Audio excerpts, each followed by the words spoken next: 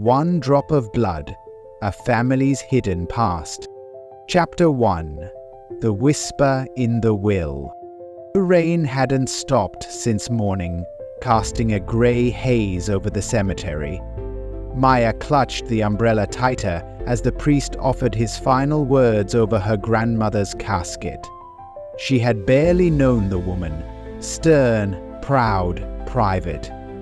But now, standing in the drizzle with family she hardly spoke to, she felt something stir. An unease she couldn't name. That evening at the estate, the reading of the will began. Relatives listened, bored or expectant, as the attorney read each line. Jewelry, land, bonds, standard fare. Until Maya's name was spoken. To my granddaughter, Maya Sinclair, I leave the brass key in the cedar box, and this message. What we hid was never lost, only silenced. A hush fell over the room. Maya looked up, confused. Her mother looked away. After everyone left, Maya found the cedar box on a shelf in the study. Inside was a small antique key, its teeth worn with time. Beneath it was a folded letter in her grandmother's spidery handwriting. The note gave no answers, just a date and a location, August 12th, 1962, beneath the lilacs. Maya took the key and went to the garden the next morning. The lilacs were still in bloom. She knelt, digging gently into the earth. Her fingers struck metal. A rusted tin box emerged, sealed tightly. She forced it open. Inside were black and white photographs. One of a man she didn't recognize, holding a child. A second photo showed the same man, standing next to her great-grandfather. And tucked beneath the photos was a lock of dark, curly hair, wrapped in tissue, and a note. Remember Elijah. Maya's hands trembled. Something was wrong. Something had been buried, literally and figuratively, and whatever it was, her grandmother had chosen her to find it. She whispered the name under her breath. Elijah. This was no ordinary inheritance. It was a summons to truth. Chapter 2. Portraits Behind the Glass. The hallways of the Sinclair estate were long and silent, their walls lined with oil portraits in gilded frames. Maya wandered slowly, taking in the faces of ancestors she barely knew, men in stiff collars, women in lace gowns, eyes that followed her with quiet judgment.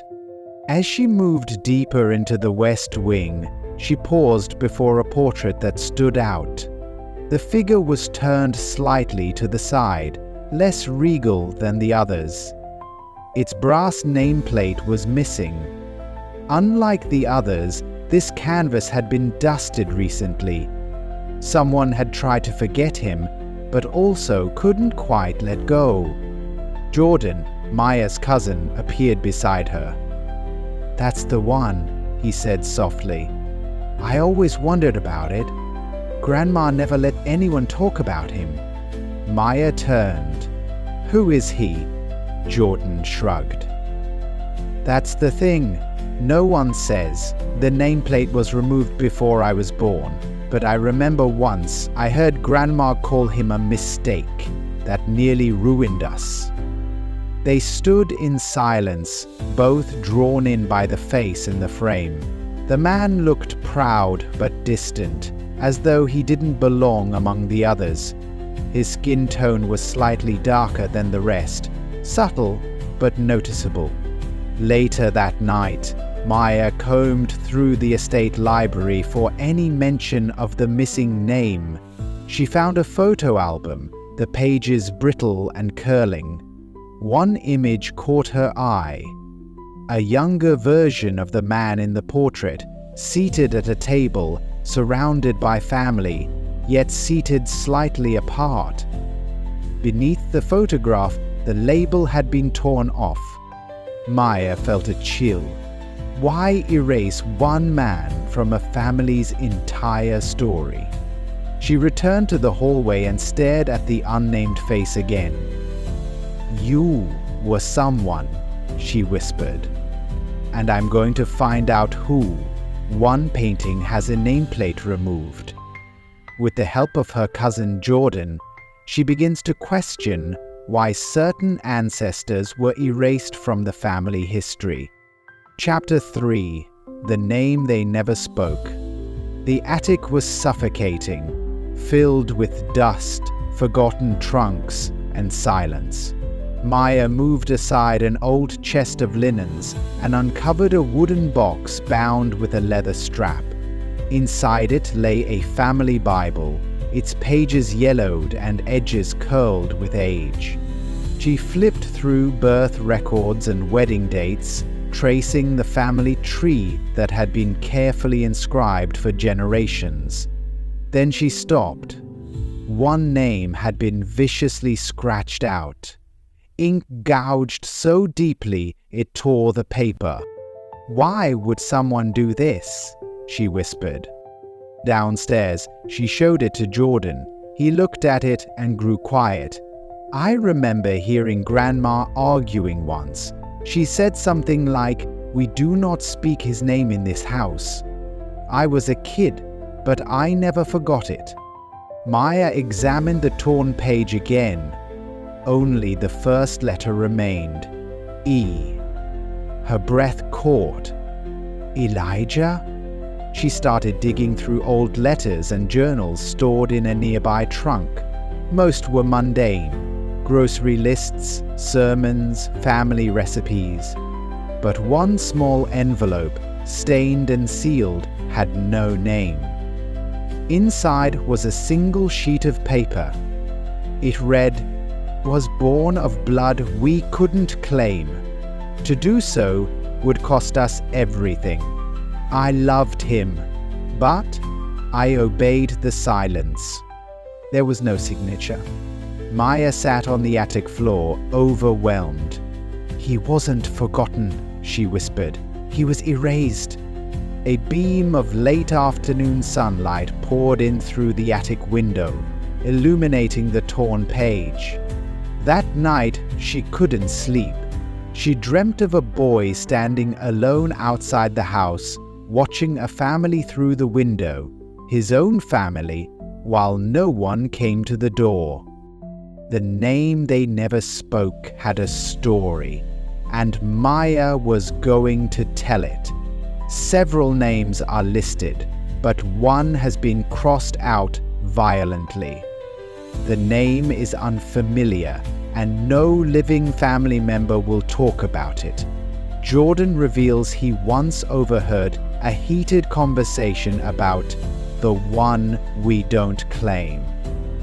Chapter 4: A Letter with No Stamp.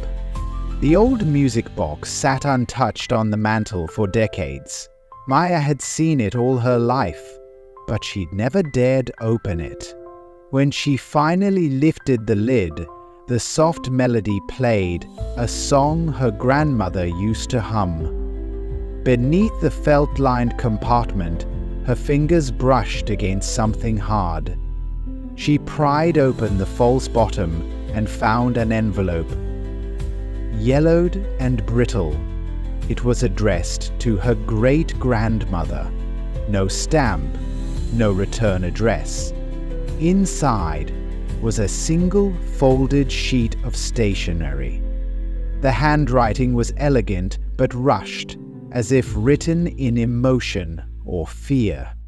"I never meant to bring shame," the letter began, "but love cannot be contained by bloodlines." Maya read it 3 times.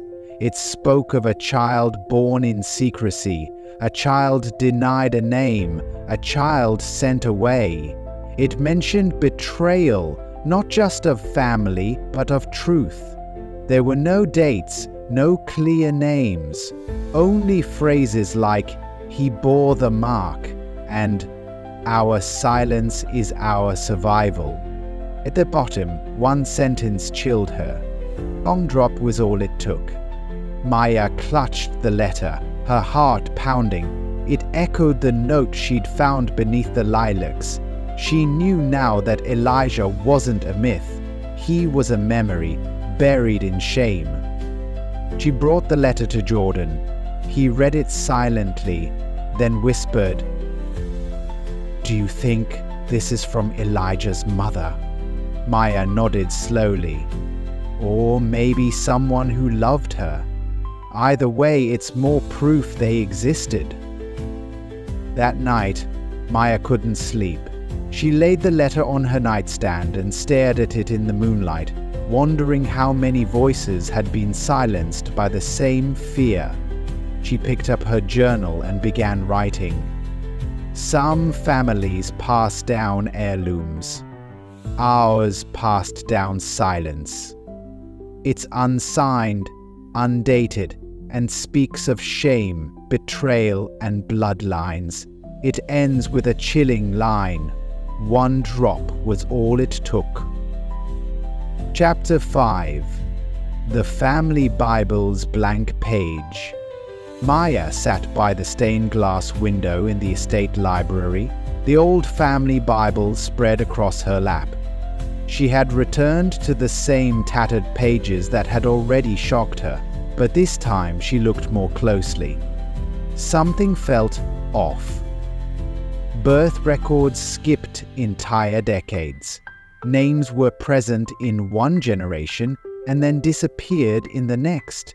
Entire branches of the tree had vanished. Her curiosity led her to the local church archives. The church had served as the central record keeper for generations of the Sinclair family. The building itself was ancient, with creaking floors and pews that still smelled of incense and age. Inside, an elderly librarian named Mrs. Willoughby welcomed her with a knowing smile. "Sinclair?" she asked. "We've had a few of you through here over the years, some looking for truth, some looking to bury it deeper." Maya requested the baptismal and marriage records from the mid-1900s. As she flipped through the worn pages, she saw clear entries for every family member, until she reached 1958. Then, nothing. A blank page, followed by a new page, starting again in 1964. "What happened to these 6 years?" Maya asked. Mrs. Willoughby squinted. "That was around the time Reverend John stepped down. Rumor was he clashed with some powerful families. Records went missing. Some say they were destroyed on purpose." Maya's hands tightened around the pages. "Do you have backups?" The librarian hesitated, then retrieved a faded ledger from the locked cabinet. Hidden in the back were loose notes, handwritten by the Reverend. One mentioned a child baptized in secret, mother listed only as NS, and father confidential at family request. Maya whispered, "Elijah." Back at the estate, she flipped again through the Bible. The blank page suddenly seemed louder than any words. It wasn't just missing, it had been erased. She began writing in her journal.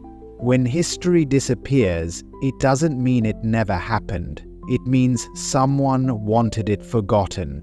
Whole branches of the tree seem to vanish mid-century. She visits the local church archives, where a librarian reveals that the records were intentionally removed decades ago. Chapter 6. Buried Beneath the Rose Garden.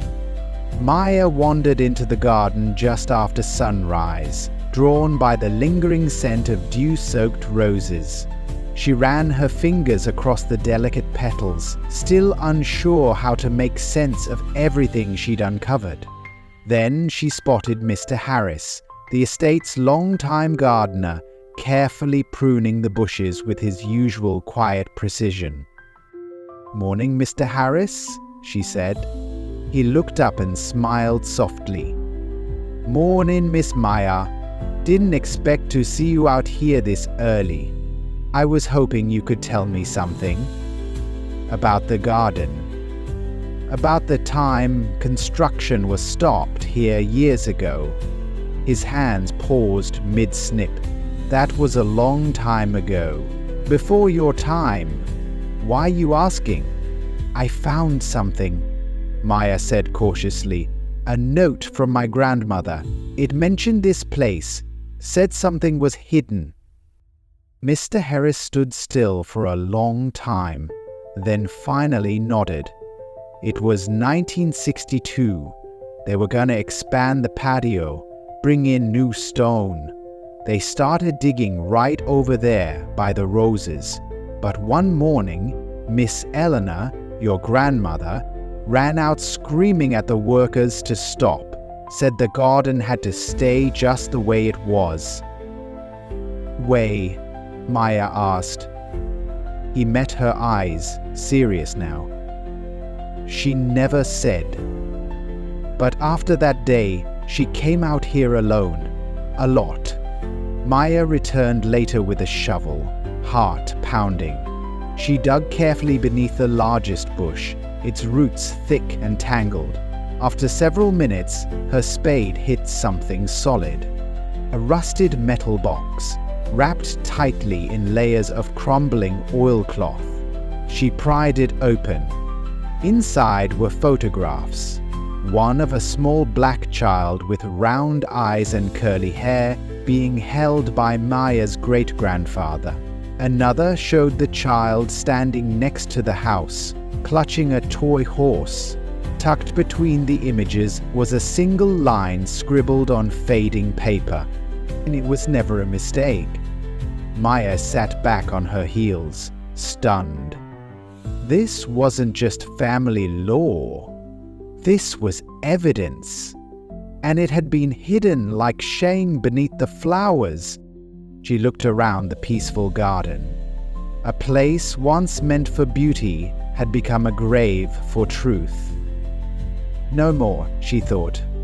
She would dig until nothing was buried again. Maya digs and finds a sealed box wrapped in oilcloth. Inside are photographs of a black child in the arms of Maya's great-grandfather. Chapter 7. Grandma's Locked Drawer. The drawer had always been there, in the ornate writing desk in her grandmother's study. It was the only drawer that remained locked, even when Maya was a child. Adults would say it held old documents or nothing important, but Maya had always wondered. Now, with the key from the cedar box clutched in her hand, Maya slid it into the lock. The tumblers clicked softly, as if even the desk had been waiting. Inside was a velvet pouch, a stack of yellowed envelopes, and a small leather-bound journal tied with faded ribbon. Her hands trembled as she picked it up.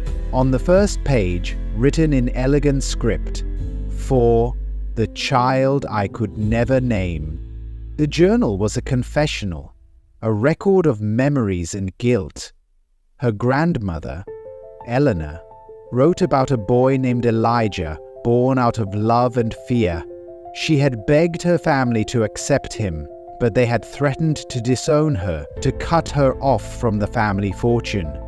So she had done the unthinkable, given him up, erased his name, and remained silent.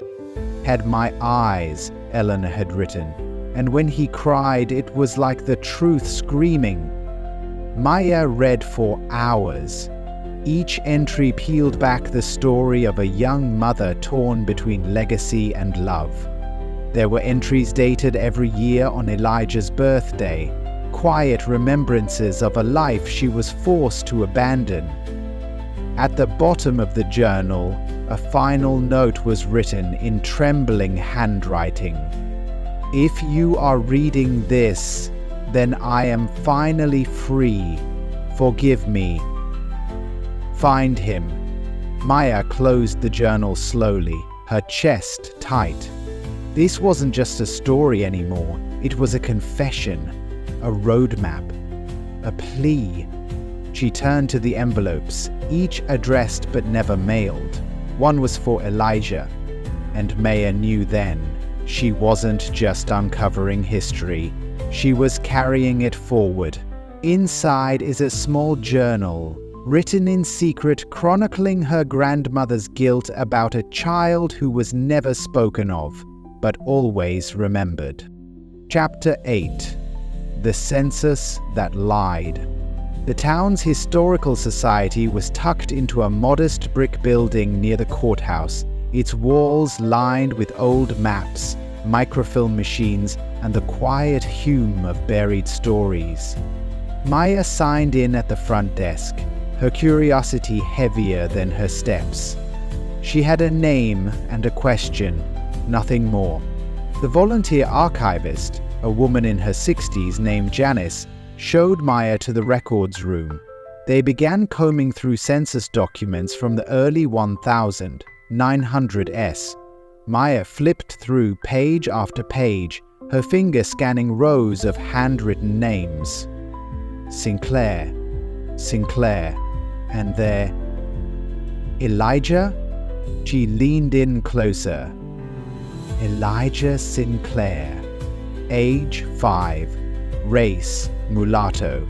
Her stomach dropped. It was him. In the next census he was gone. No mention, not even a death record. But then, another name. Edwin Sinclair, age 15, race white.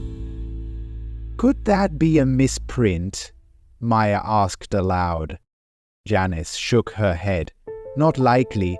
In those days it wasn't uncommon for families to change a classification if they wanted to pass.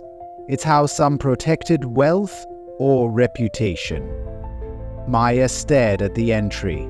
Same parents, same birth year, different race. Elijah had become Edwin, or rather, Elijah had been hidden behind a paper name. She felt the weight of it, this bureaucratic vanishing act.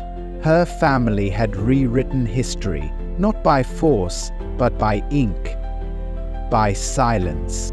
Back at the estate, Maya opened the journal again. One line now stood out like a wound. They said he had a chance if he just stayed quiet. Maya whispered to herself, he didn't vanish. He was erased to make someone else comfortable. She took a photo of the census page and taped it to her bedroom wall beside Elijah's picture. We don't lie anymore, she said. Not with names, not with blood. She realizes this person's true identity was hidden to maintain the family's image. Chapter 9. Bloodlines in black ink. The DNA kit sat on Maya's desk for 3 days before she finally opened it. The results wouldn't surprise her, she knew what she would find. But having proof felt necessary. Proof that couldn't be denied, erased, or crossed out in ink. Weeks later, the email arrived. She opened the results slowly, breath catching as she scanned the breakdown. European ancestry, yes, but also African, and more than one line traced directly to descendants of enslaved people from Georgia. Her fingers hovered over the names listed under genetic matches. One name caught her eye, Lila James, a 56-year-old woman from Atlanta, listed as a potential second cousin. Maya clicked on the profile. No photo, but a short note. Searching for family lost to history. Her hands trembled. She messaged Lila immediately. 2 days passed before the reply came. It was cautious but kind. I've been looking for someone connected to Elijah for years, Lila wrote. All I had was a name and a story my mother whispered once. they arranged a call. Lila's voice was warm but firm. She told Maya about her grandfather, how he had grown up never knowing who his father was, only that he had been too light for comfort in the neighborhood where they lived, and how his mother, with tears in her eyes, once admitted, "He came from people who couldn't keep him."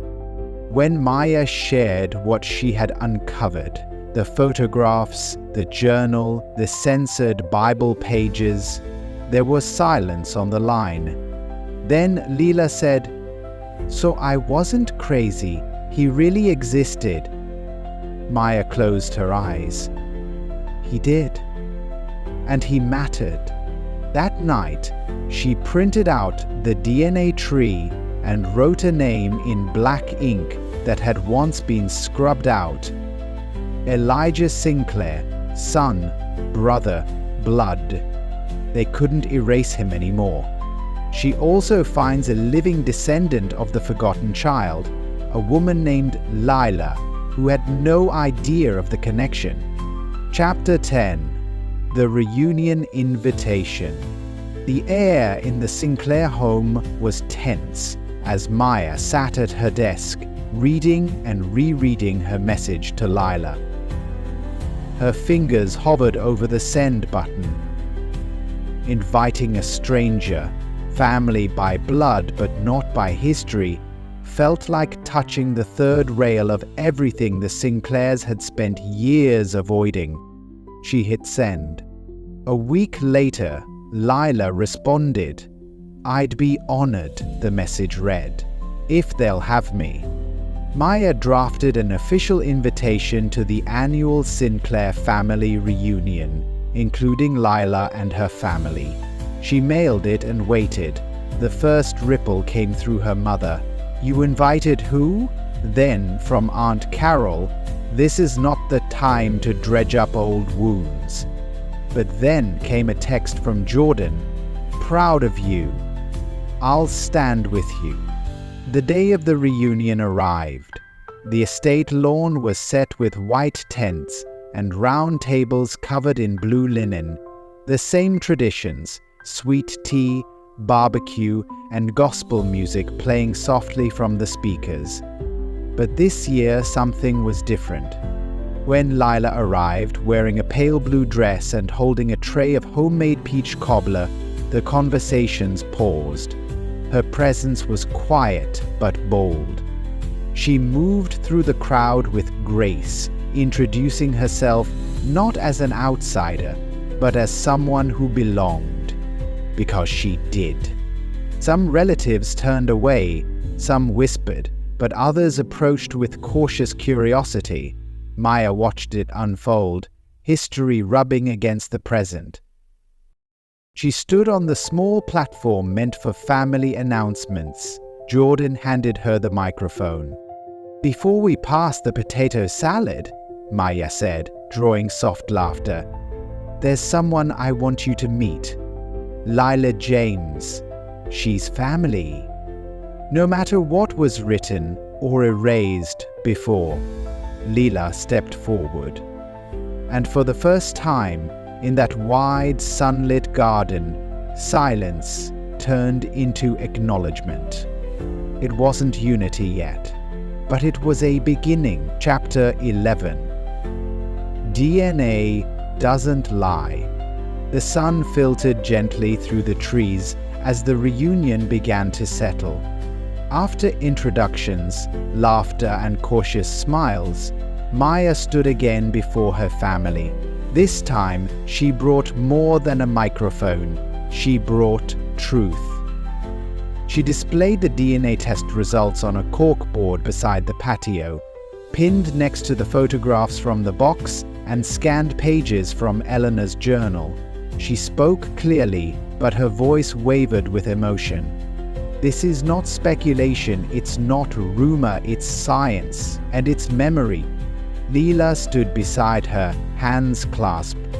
Maya explained the match, the shared ancestors, the birth records, and the deliberate changes in census documentation.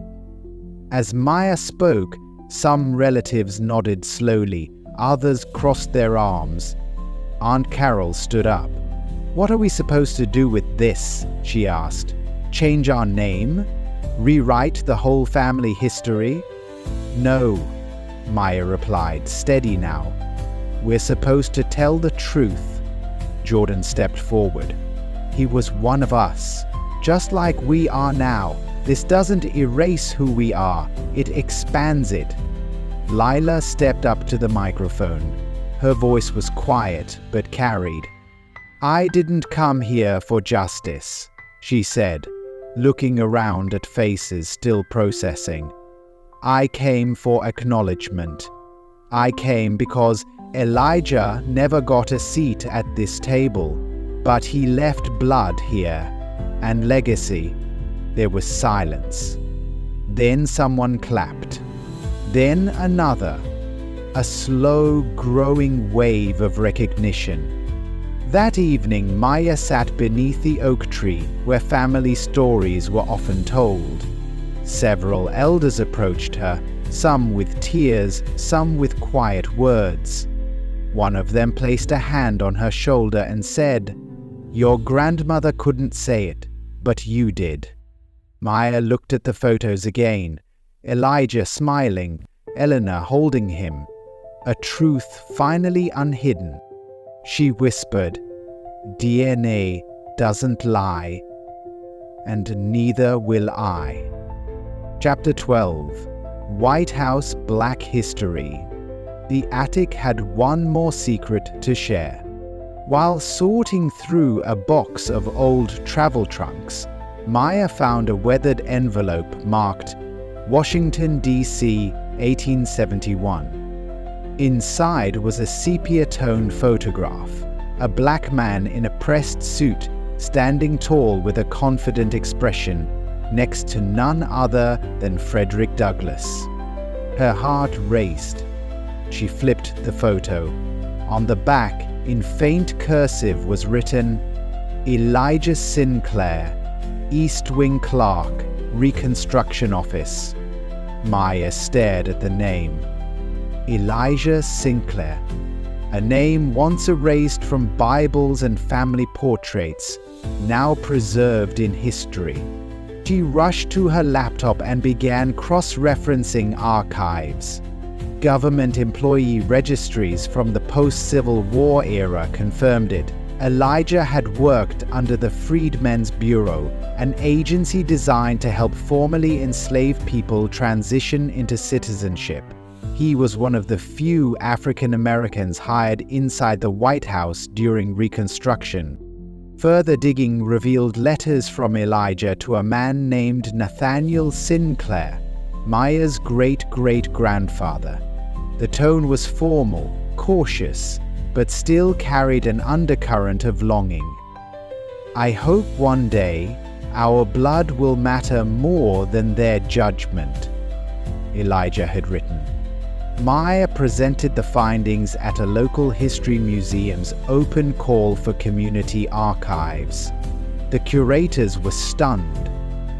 "You've just uncovered a missing piece of Reconstruction history," one told her. "This deserves to be shared." Later, Maya stood in the museum's exhibit hall as the photograph of Elijah was placed next to a timeline of American progress. For the first time, he wasn't hidden, he wasn't erased. He was home. Maya whispered, "You were always more than a secret. You were a story the world needed." Chapter 13. The Man in the Photograph. The portrait had haunted Maya from the beginning. The unnamed man with gentle eyes and a quiet dignity. Now, after months of searching, reading, and uncovering truths long buried, she finally had his name. Elijah Sinclair. She held the matching photograph in her hand as she walked back into the west wing of the estate. The original frame still hung in its spot, nameplate missing, the canvas slightly faded. In her other hand was a new brass plaque she had commissioned. It read, Elijah Sinclair, 18501917, son, brother, father, historian. With careful hands, she fastened it to the frame. It clicked into place with a finality that felt like justice. Later that afternoon, she drove 2 hours to the old regional cemetery where the black and white sections were still divided by a rusted iron fence. She followed the directions Lila had given her. There, under a patchy oak tree, was a simple headstone, E.S. 1917. No first name, no full epitaph, just initials. Maya knelt beside it. In her hand was the original nameplate, now polished. She placed it gently at the base of the stone. "You deserved more than this," she whispered. "More than a letter, more than a lie." She sat for hours, the wind rustling gently through the trees, reading excerpts from her grandmother's journal aloud. As the sun dipped below the horizon, she said one final thing. "You are not erased, not anymore." When she left, she didn't take the nameplate with her. She left it there where it belonged. Chapter 14. One Drop, One Truth. Maya sat in her room, the light of the afternoon sun streaming through the window, casting long shadows on the walls. The computer screen in front of her blinked softly, awaiting the words she knew she had to write. But even though the words had been forming in her mind for days, it was hard to make them concrete, to finally put them down for the world to see. One drop of blood. Maya had always known the weight of that phrase, but now, as she looked at everything she had uncovered about her family's past, the truth of it burned through her. It wasn't just about Elijah. It was about every single person who had been forced to stay silent, to shrink themselves in the name of survival. She began typing. Her fingers hesitated over the keyboard, then pressed down with a fierce determination. One drop of blood. The phrase seemed simple, but it was so much more. It was about inheritance. The inheritance of shame, of silence, of histories erased because they didn't fit the narrative. One drop had been enough to tear families apart, to bury the truth under layers of lies. She thought of the generations of Sinclairs who had buried their own stories, who had erased the lives of those they didn't want to claim.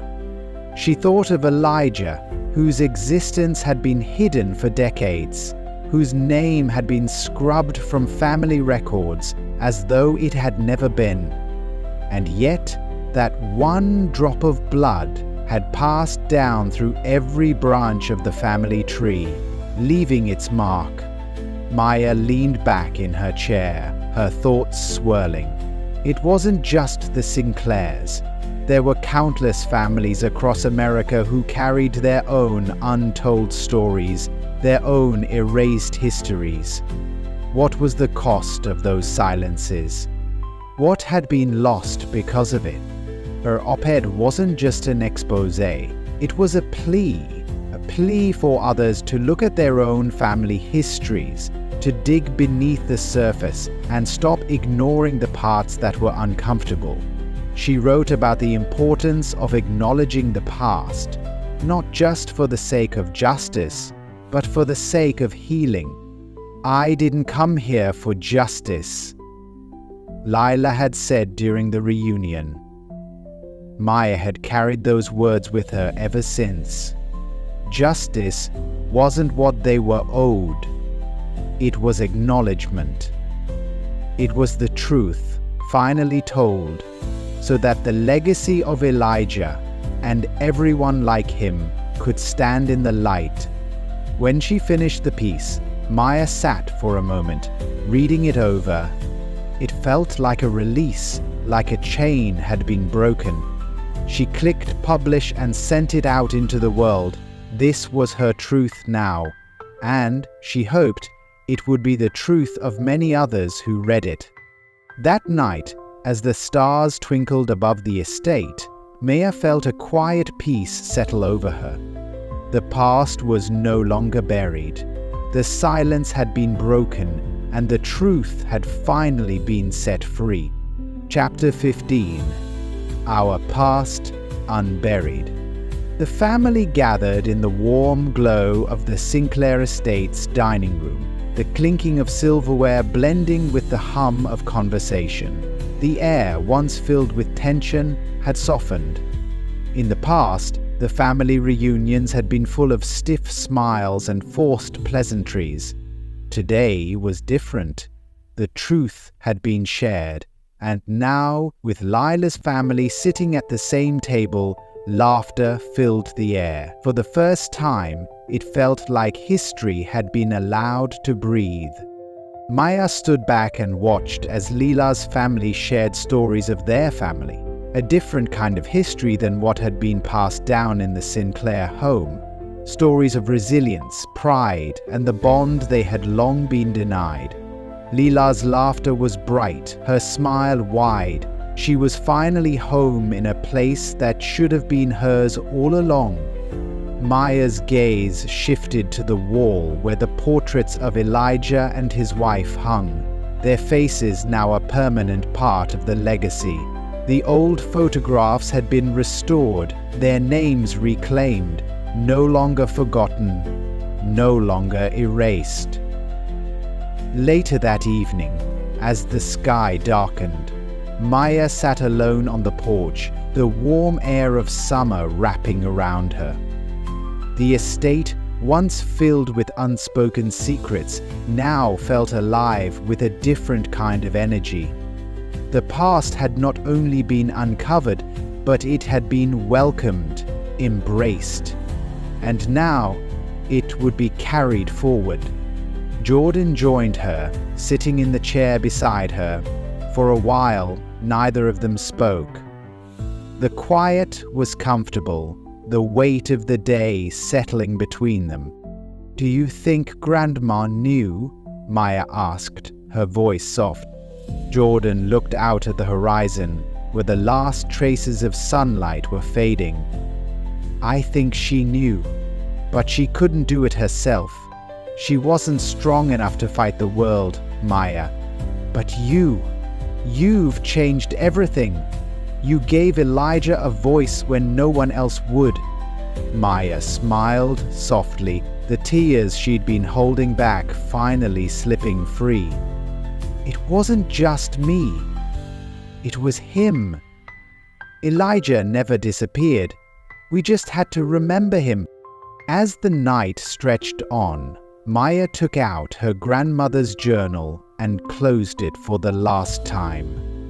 The pages, filled with secrets and sorrow, had found their resolution.